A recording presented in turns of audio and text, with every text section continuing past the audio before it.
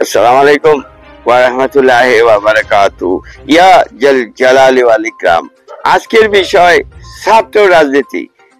বাংলাদেশে school college থেকে যে মেধাবী ছাত্র ছাত্রীরা বাংলাদেশের উন্নত বিশ্ববিদ্যালয়গুলোতে ভর্তি হয়, ওখানে গিয়া তারা ছাত্র রাজনীতির কবলে পড়ে তাদের পরিপূর্ণ মেধাকে বিপদগামী পথে পরিচালিত করে।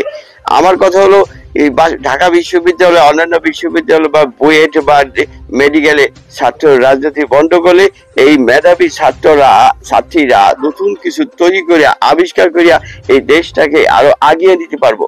তাহলে তাদের মেধা পরিপূর্ণতা পাবে।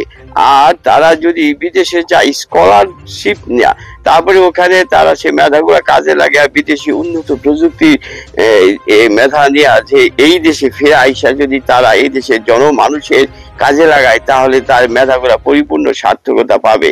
জনগণের ইচ্ছা আকাঙ্ক্ষা এটাই। আপনারা যারা ছাত্র রাজনীতি করেন, দেখা গেছে এদেশে বুড়া হয়ে যায় তারাও ছাত্র নেতা হয়ে থাকে। এটা এদেশে এক ধরনের চাঁদাবাজি।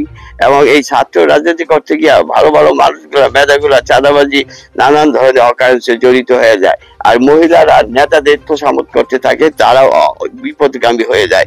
অতএব আপনাদের প্রতি আমার আবারও অনুনয় বিনয়, আপনারা ছাত্র রাজনীতির পথে যাবেন না।